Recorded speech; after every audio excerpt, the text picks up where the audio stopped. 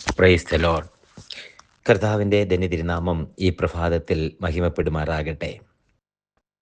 ഒരു പുതിയ പ്രഭാതം, ആയുസ്സിൽ കാണാത്ത ഒരു പുതിയ പുലരി കൂടെ കാണുവാൻ ദൈവമായ കർത്താവ് ആയുസ്സും ആരോഗ്യവും ബലവും തന്ന് നമ്മളെ സംരക്ഷിച്ചതോർത്ത് കർത്താവിന് നന്ദി പറയാം. അപ്പോൾ തന്നെ ഇന്നലെ ഭൂവിൽ പാർത്തിരുന്ന ഒരുപാട് പേർ ഇന്ന് പ്രഭാതം കാണാതെ ലോകം വിട്ടുപോയപ്പോൾ ചില ദൗത്യങ്ങളും ചില ഉത്തരവാദിത്വങ്ങളും ചില ക്രമീകരണങ്ങളും നമ്മളെ കൊണ്ട് ചെയ്യിക്കുവാൻ ദൈവം തമ്പുരാൻ ആഗ്രഹിക്കുന്നത് കൊണ്ട് നമുക്ക് ആയുസ്സും ആരോഗ്യവും നീട്ടിത്തന്ന് ഇന്ന് പ്രഭാതത്തിലും എഴുന്നേറ്റിരുന്ന് ദൈവത്തെ മഹത്വപ്പെടുത്തുവാൻ, സ്തുതിക്കുവാൻ ദൈവം തന്ന എല്ലാ കൃപകൾക്കും ബലത്തിനും നന്ദി പറഞ്ഞുകൊണ്ട് ഇന്നത്തെ വേദവചന ധ്യാന ചിന്തയിലേക്ക് നമുക്ക് പ്രവേശിക്കുന്നതിന് ആധാരമായി ഒരു വാക്യം വായിക്കുന്നു. സങ്കീർത്തനങ്ങളുടെ പുസ്തകം 25 അധ്യായം അതിൻ്റെ 3 വാക്യം. Psalms 25 verse 3. നിന്നെ കാത്തിരിക്കുന്ന ഒരുത്തനും ലജ്ജിച്ചു പോകുകയില്ല, വെറുതെ ദ്രോഹിക്കുന്നവർ ലജ്ജിച്ചു പോകും. നമുക്ക് പരിചിതമുള്ള വാക്യമാണ്. പലപ്പോഴെങ്കിലും സങ്കീർത്തനങ്ങളായതുകൊണ്ട് തന്നെ നമ്മൾ എപ്പോഴെങ്കിലുമൊക്കെ കേട്ടിട്ടുള്ള വാക്യങ്ങളും ചിലപ്പോഴൊക്കെ ആവർത്തിച്ച് ഉരുവിടാറുള്ളതുമായ ഒരു വാക്യമാണ്. 25 സങ്കീർത്തനം ദാവീദിൻ്റെ മനസ്സുകൊണ്ട് സംരക്ഷണത്തിന് വേണ്ടി ദാവീദ് പ്രാർത്ഥിക്കുന്നൊരു പ്രാർത്ഥനയാണ്. ഹൃദയപ്രകാരം, ദൈവത്തിൻ്റെ ഹൃദയപ്രകാരമുള്ള മനുഷ്യൻ എന്ന ഈ ഖ്യാതി കിട്ടിയ, ആ പേര് കിട്ടിയ ദാവീദ് ശത്രുക്കളുടെ ഉപദ്രവത്തിൽ നിന്നോ ചിലപ്പോഴൊക്കെ വേദനപ്പെട്ട് ശൗലിൽ നിന്ന് രക്ഷപ്പെടാനുള്ള ഓട്ടത്തിനിടയിലോ ഒക്കെ പറഞ്ഞിട്ടുള്ള പ്രാർത്ഥനകളെ ക്രോഡീകരിച്ച ഒരു സങ്കീർത്തനമാണ് 25 സങ്കീർത്തനം. ഇതിനകത്ത് 22 വാക്യങ്ങളുണ്ട്. വേദപണ്ഡിതന്മാരുടെ അഭിപ്രായത്തിൽ 22 വാക്യങ്ങൾ എഴുതുമ്പം, വാക്യങ്ങൾ ഉള്ളപ്പം ആ 22-നെ 22 ഹീബ്രു ആൽഫബറ്റ്സിലെ എബ്രായ ഭാഷയിലെ അക്ഷരമാല ക്രമം കൊണ്ട് അത് ABCD പോലെ അവരുടെ ആലഫ് ബേത്ത് ഗീമൽ അങ്ങനെ അവരുടെ 22 അക്ഷരമാല ക്രമം കൊണ്ട് ക്രമീകരിക്കപ്പെട്ടിരിക്കുന്നു.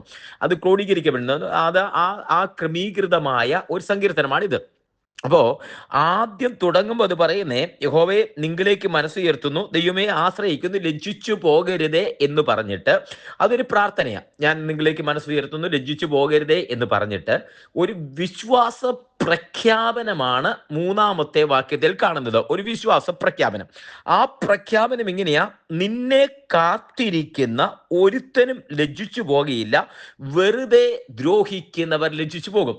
2 പദ ആശയങ്ങൾ, 2 സെന്റൻസുകൾ, രണ്ടും 2 തരത്തില്, 2 തലത്തിലേക്ക് വിരൽ ചൂണ്ടുന്ന 2 സെന്റൻസുകളാണ് ഉള്ളത്. ഒന്ന്, അതിനകത്തെ ഉറപ്പാണ്, പ്രഖ്യാപനമാണ്. നിന്നെ കാത്തിരിക്കുന്ന ഒരുത്തനും ലജ്ജിച്ചു പോകുകയില്ല. അപ്പം മേളിൽ പറഞ്ഞിരിക്കുന്ന പ്രാർത്ഥനകൾക്കൊരു മറുപടി പോലെ, അല്ലെങ്കിൽ പ്രാർത്ഥന പ്രാർത്ഥിച്ചിട്ട് അതൊരു പ്രഖ്യാപനമായി മാറുകയാണ്, ഒരു വിശ്വാസ പ്രഖ്യാപനമായി മാറുന്നു. ദൈവമേ, ഞാൻ നിനക്ക് വേണ്ടി കാത്തിരിക്കുന്നു, നിങ്ങളിലേക്ക് മനസ്സുയർത്തുന്നു, ഞാൻ ലജ്ജിച്ചു പോകരുതേ, ശത്രുക്കൾ എന്നെ കാണരുതേ എന്ന് പറഞ്ഞിട്ട് ഒരു ഉറപ്പ് പറയുകയാണ്: നിന്നെ കാത്തിരിക്കുന്ന ഒരുവനും ലജ്ജിച്ചു പോകുകയില്ല. ഇന്ന് ഈ പ്രഭാതത്തിൽ ദൈവത്തിന്റെ കുഞ്ഞെ, ദൈവത്തോട് പ്രാർത്ഥിക്കുന്ന ദൈവത്തിന്റെ പൈതലെ, ഈ വേദവചനം ഹൃദയത്തിനകത്തേക്ക് ഒന്ന് ആലേഖനം ചെയ്ത് ഒന്ന് എഴുതപ്പെടുക, പുറമെ വായിക്കുന്നതല്ല, ഹൃദയത്തിനകത്തേക്ക് ഈ വചനം ഒന്ന് ആലേഖനം ചെയ്ത് എഴുതപ്പെടുക. യഹോവയെ കാത്തിരിക്കുന്ന ഒരുവനും ലജ്ജിച്ചു പോകുകയില്ല. വിശ്വസിക്കട്ടെ, കർത്താവിനെ കാത്തിരിക്കുന്ന ഒരുവനും ലജ്ജിച്ചു പോകുകയില്ല. ചിലപ്പോൾ ഇച്ചിരി സമയം നീണ്ടുപോയി എന്ന് വന്നേക്കാം, കാത്തിരിപ്പിന് ദൈർഘ്യം കൂടി എന്ന് വന്നേക്കാം. അതുകൊണ്ടാ ഹബക്കൂക്ക് പറഞ്ഞു, ദർശനത്തിനൊരു അവധി വെച്ചിരിക്കുന്നു, സമാപ്തിയിലേക്ക് ബന്ധപ്പെടുന്നു.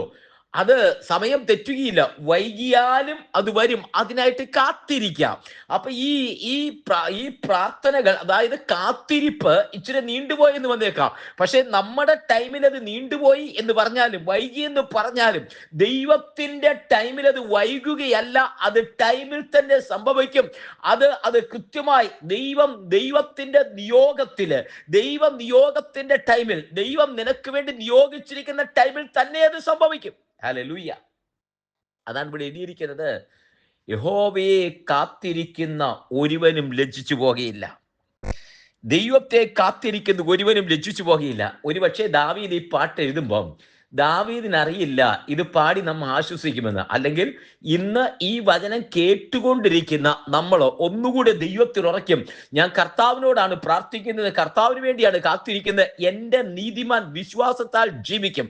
അതൊരു വിശ്വാസ പ്രഖ്യാപനം പോലെ ഇവിടെ നിന്നെ കാത്തിരിക്കുന്ന, യഹോവയെ കാത്തിരിക്കുന്ന ഒരുവനും ലജ്ജിച്ചു പോകയില്ല. നിന്റെ പേര് ചേർത്തോ കുഞ്ഞെ, കർത്താവിനെ കാത്തിരിക്കുന്ന ഞാൻ ലജ്ജിച്ചു പോകയില്ല. ഹല്ലേലൂയ. കർത്താവിനെ കാത്തിരിക്കുന്ന ഒരുവനും ലജ്ജിച്ചു പോകയില്ല. ഹല്ലേലൂയ. ആ വചനത്തിന് ഒരു ഉറപ്പും ബലവുമുണ്ട്. കർത്താവിനെ കാത്തിരിക്കുന്ന ഒരുവനും ലജ്ജിച്ചു പോകയില്ല. അടുത്തൊരു പദം കൂടെ ചേർത്ത് പറയുന്നുണ്ട്, എന്നാൽ വെറുതെ ദ്രോഹിക്കുന്നവർ ലജ്ജിച്ചു പോകും. ഇതൊരു അനുഭവത്തിന്റെ അടിസ്ഥാനത്തിലാണ് ദാവീദ് പറയുന്നത്. കാര്യം, ദാവീദ് അഭിഷേക തൈലം വീണ് വീട്ടിൽ നിന്ന് സഹോദരന്മാരാൽ മാതാപിതാക്കളാൽ ഒറ്റപ്പെട്ട് തള്ളപ്പെട്ട് പുറത്തിറങ്ങി, അങ്ങനെ അഭിഷേക തൈലമൊക്കെ വീണ് ആ ഗോലിയാത്തിനെ, അത് ആർക്കും സാധിക്കാതെ, രാജാവിനോ പടയാളികൾക്കോ രാജാവിന്റെ കൂടെയുള്ളവർക്കോ സാധിക്കാതിരുന്ന ഗോലിയാത്തിനെ വീഴ്ത്തി പിന്നെ അങ്ങോട്ട് എടുത്തുയർത്തേണ്ടതിന് പകരം ഒരു പ്രതിസന്ധിക്കകത്തേക്ക് ദാവീദ് വരിക. ദാവീദിന്റെ ഷൂട്ടഡ് സൈറ്റ് എന്ന് പറഞ്ഞാൽ, ഷൂട്ടഡ് സൈറ്റ് കാണുന്നിടത്ത് കൊന്നുകളഞ്ഞേക്കാൻ. ഈ തീവ്രവാദികളൊക്കെ പിടിക്കുമ്പോൾ പറയാം ഷൂട്ടഡ് സൈറ്റ്, എവിടെ വെച്ച് കാണുന്നു അവനെ കൊന്നുകളയണം. ഈ ഒറ്റ ലക്ഷ്യവുമായിട്ട് ശൗലിനോട് കൂടെ ഒരു ഭാഗത്ത് വായിക്കുന്നു 3000 അഭ്യാസികൾ ഒരുമിച്ച് വരിക ദാവീദിനെ പിടിക്കാൻ. അപ്പൊ ഈ പ്രതിസന്ധിക്കകത്ത്, ഈ ഒരു ബുദ്ധിമുട്ടിന്, ഈ പ്രതിസന്ധിക്കകത്ത് ദാവീദ് ഓടി ഒളിക്കുകയാ. ഗുഹയിൽ നിന്ന് ഗുഹയിലേക്ക്, മലയിൽ നിന്ന് മലയിലേക്ക്, കാട്ടിൽ നിന്ന് കാട്ടിലേക്ക്, എങ്ങോട്ട് പോകണമെന്നറിയാതെ, വഴിയറിയാതെ ഓടി ഒളിക്കുമ്പം വേദനപ്പെട്ട് അനുഭവത്തിന്റെ അടിസ്ഥാനത്തിൽ പറയുക, വെറുതെ ദ്രോഹിക്കുന്നവർ ലജ്ജിച്ചു പോകും. അപ്പൊ 2 പദങ്ങൾ ഇതിനകത്ത് പ്രസക്തമാണ്. ഇന്ന് പ്രഭാതത്തിൽ ഈ സന്ദേശം കേൾക്കുമ്പം കുഞ്ഞെ, നീ ആ രണ്ടാമത്തെ വെറുതെ ദ്രോഹിക്കുന്നു, ലജ്ജു, നിന്നെ ദ്രോഹിക്കുന്നു, അല്ലെ നീ ഉപദ്രവിക്കപ്പെടുന്നു, നിന്നെ കളിയാക്കുന്നു, പരിഹസിക്കുന്നു, പുച്ഛിക്കുന്നു, പ്രാർത്ഥനയ്ക്ക് മറുപടി ആയില്ലേ എന്ന് ചോദിക്കുന്നു, നിന്റെ പ്രസംഗത്തെ കളിയാക്കുന്നു, നിന്റെ പ്രസംഗത്തെ ചോദ്യം ചെയ്യുന്നു, നിന്റെ വാക്കുകളെ ചോദ്യം ചെയ്യുന്നു, നിന്റെ ആത്മീയ ജീവിതത്തെ ചോദ്യം ചെയ്യുന്നു, അതേ കിംവദന്തികൾ പരത്തി എന്തെങ്കിലുമൊക്കെ ആവട്ടെ. പക്ഷെ അതിനിടയ്ക്ക് ദൈവത്തിങ്കിലേക്കാണോ നീ ശ്രദ്ധിക്കുന്നത്? ദൈവത്തിന്റെ മുഖത്തേക്കാണോ നോക്കുന്നത്? ഈ വചനം നിന്റെയാ, ഈ പ്രഭാതം നിന്റെയാ വചനം. വെറുതെ ദ്രോഹിക്കുന്നവർ ലജ്ജിച്ചു പോകും. ഹല്ലേലൂയ. എന്നാൽ യഹോവയെ കാത്തിരിക്കുന്നവർ അവർ ശക്തിയെ പുതുക്കും. അവർ വാക്കെഴുതിക്കുന്നത്, യഹോവയെ കാത്തിരിക്കുന്ന ഒരുവനും ലജ്ജിച്ചു പോകയില്ല. അവർ ശക്തിയെ പുതുക്കി കഴുകന്മാരെ പോലെ ചിറകടിച്ചു പറന്നു വരും. യെശയ്യാ പ്രവാചകൻ പറയുന്നത്, യഹോവയെ കാത്തിരിക്കുന്നവർ ശക്തിയെ പുതുക്കും, അവർ കഴുകന്മാരെ പോലെ ചിറകടിച്ചു പറന്നു വരും, തളർന്നു പോകാതെ ഓടും, മരിച്ചു പോകാതെ നടക്കും. അതാ, ക്ഷീണിച്ചു പോകാതെ ഓടും, തളർന്നു പോകാതെ നടക്കും. അതാ വചനം പറയുന്നത്. യഹോവയെ കാത്തിരിക്കുന്ന, ദാവീദ് പറയുന്നു, യഹോവയെ കാത്തിരിക്കുന്ന ഒരുവനും ലജ്ജിച്ചു പോകയില്ല. യഹോവയെ കാത്തിരിക്കുന്ന ഒരുവനും ലജ്ജിച്ചു പോകയില്ല. ഈ വചനം എന്റെയായിട്ട്, റേമയായിട്ട്, കുഞ്ഞെ നിന്റെ ആയിട്ട് എടുത്തേ. ദൈവത്തെ കാത്തിരിക്കുന്ന ഒരുവനും ലജ്ജിച്ചു പോകയില്ല. അത് നിന്റെ പേരെഴുതിക്കോ. ദൈവത്തെ കാത്തിരിക്കുന്ന ഞാൻ, എന്നോട് ചേർന്ന് പറഞ്ഞു, ദൈവത്തെ കാത്തിരിക്കുന്ന ഞാൻ ലജ്ജിച്ചു പോകയില്ല. വെറുതെ ദ്രോഹിക്കുന്നവർ ലജ്ജിച്ചു പോകും. കണ്ണുകൾ അടയ്ക്കാം, നമുക്ക് ചേർന്ന് പ്രാർത്ഥിക്കാം. സ്വർഗീയ കർത്താവേ, ജനത്തെ അനുഗ്രഹിച്ച് പ്രാർത്ഥിക്കുന്നു. ഈ വചനം കർത്താവെ കേൾക്കുന്ന ജനത്തിന് വേണ്ടി കൈമാറുന്നു. ദൈവത്തെ കാത്തിരിക്കുന്നവർ ലജ്ജിച്ചു പോകയില്ല. ഹല്ലേലൂയ. യഹോവയെ കാത്തിരിക്കുന്ന ഒരുവനും, അതേ ഞാൻ ലജ്ജിച്ചു പോകയില്ലെന്ന് ആത്മാവിൽ വിശ്വസിക്കുന്ന ആ വാക്ക് ജനത്തിന് കൈമാറുന്നു. കർത്താവിനെ കാത്തിരിക്കുന്ന, ഈ വചനം കേൾക്കുന്ന ആരും ലജ്ജിച്ചു പോകാതെ നിത്യരാജ്യത്തിൽ എത്തുന്നത് വരെ കർത്താവ് കരം പിടിച്ചിരിക്കുന്നതിനായി നന്ദി പറയുന്നു. കർത്താവെ, ജീവിത യാത്രയ്ക്കകത്ത് വെറുതെ ദ്രോഹിക്കുന്നവർ അതേ ലജ്ജിച്ചു പോകുമ്പോൾ ലജ്ജിക്കാതെ കർത്താവിന്റെ കരം പിടിച്ച് ആ നിത്യത വരെ, അതേ പ്രവാചകൻ യെശയ്യാവ് പറയുന്നത് പോലെ, യഹോവയെ കാത്തിരിക്കുന്നവർ ശക്തിയെ പുതുക്കും, അവർ കഴുകന്മാരെ പോലെ ചിറകടിച്ചു പറന്നുയരും. അതങ്ങനെ തന്നെ കാത്തിരിക്കുന്നവർ ശക്തിയെ പുതുക്കാൻ സ്വർഗം ഈ വചനത്തിലൂടെ ഇടയാക്കുന്നതിനായി നന്ദി. ജനത്തെ അനുഗ്രഹിച്ച് പ്രാർത്ഥിക്കുന്നു. അങ്ങയുടെ നാമത്തിൽ അനുഗ്രഹിക്കുന്നു. പിതാവിന്റെ പുത്രന്റെ പരിശുദ്ധിയുടെ നാമത്തിൽ അനുഗ്രഹിക്കുന്നു. യഹോവ കൂടിയിരിക്കും തൃക്കരങ്ങളിൽ സമർപ്പിക്കുന്നു. പ്രാർത്ഥന ഏറ്റുകയാൽ സ്തോത്രം. എല്ലാ മാനമഹത്വം എടുക്കും യേശുവിൻ നാമത്തിൽ തന്നെ. ആമേൻ, ആമേൻ, ആമേൻ. കർത്താവ് എല്ലാവരെയും അനുഗ്രഹിക്കട്ടെ. ദൈവകൃപ കൂടിയിരിക്കട്ടെ. നാളെ നമുക്ക് വീണ്ടും കാണാം. അതുവരെ കർത്താവിന്റെ വിശാലമേറിയ ചെറുകടിക്കകത്ത് കർത്താവ് നമ്മളെ പരിപാലിക്കട്ടെ. Thank you so much. God bless U.